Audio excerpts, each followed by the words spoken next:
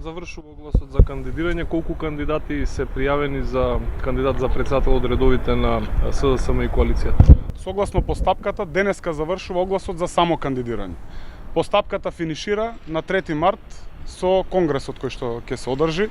До сега има со само кандидирање пријавено само еден кандидат кој што е добро познат на јавноста. Зошто само кандидирање, нели е тоа контрадикторно со оваа постапка на разговарање со коалицијските партнери? Ние мораме да го оставиме во целиот процес да има и процес на само кандидирање.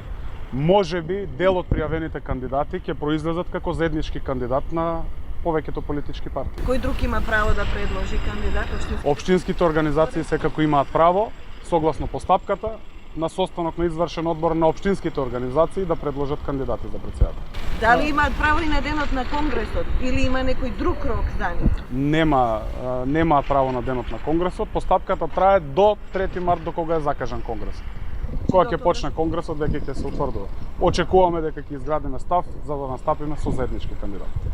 Извинете, господин Костински, дали по барањето на премиерот родни на функционери си дават оставка, а да си дават отказ од новите работни места, дали и вашата мајка ќе си даде отказ?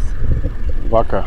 Иако мојата мајка е вработена на транспарентен оглас, на објавен оглас, каде што се испочитувани сите законски процедури, јас разговарав со нејзе и таа ќе се повлече од работното место.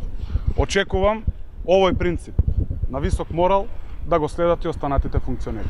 Имате ли вие сознание кои ќе бидат тие? Министрот Мачевски најави дека првите откази ќе следуваат денеска. Дали знаете кои се тие? Тоа се пред себе за мојот случај ќе кажам, тоа се оставки. Значи си дава оставка од работното место, не станува збор за отказ. Не можам да кажам, останува на функционерите, тоа е личен чин, да постапат сами. Ви благодарам. Имајте убав ден.